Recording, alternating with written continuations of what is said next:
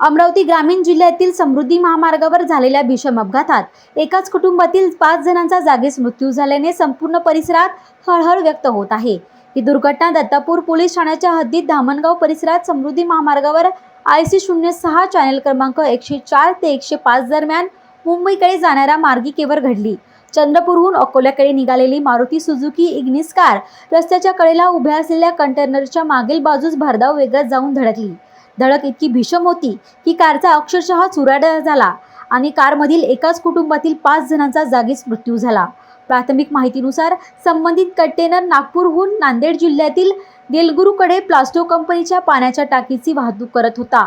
Container धावत्या लेनच्या बाहेर असला तरी तो नो पार्किंग क्षेत्रात उभा करण्यात आल्याची माहिती समोर आली आहे।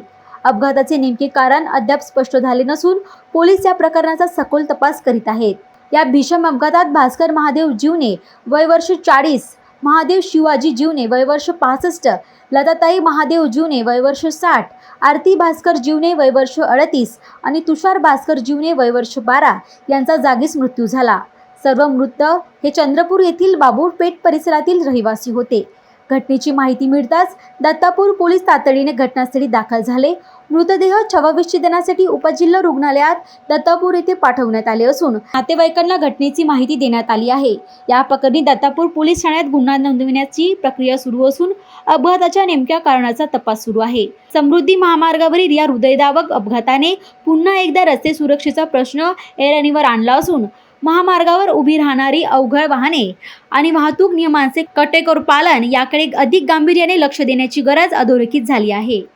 अमरावती ग्रामीण जिल्ह्यातील दत्तापूर पोलीस स्टेशन हद्दीमधील नागपूर मुंबई समृद्धी महामार्गावर आज एक अपघात झाला। त्या अपघातामध्ये कंटेनरला कारने पाठीमागून धडक मारल्याने कारमधील एकाच कुटुंबातील 5 जणांचा दुर्दैवी मृत्यू झाला आहे। कंटेनर ताब्यात घेतला आहे, ड्रायव्हरला ताब्यात घेतलेला एक गुन्हा दाखल केलेला आहे। अमरावती ग्रामीण पोलिसातर्फे सर्व वाहन चालकांना एक आवाहन करण्यात येते की कृपया समृद्धी महामार्गावर वाहन चालवताना ओव्हर स्पीड वाहन चालवू नये। ओव्हरटेक करताना कृपया उजव्या साईडनेच ओव्हरटेक करावे।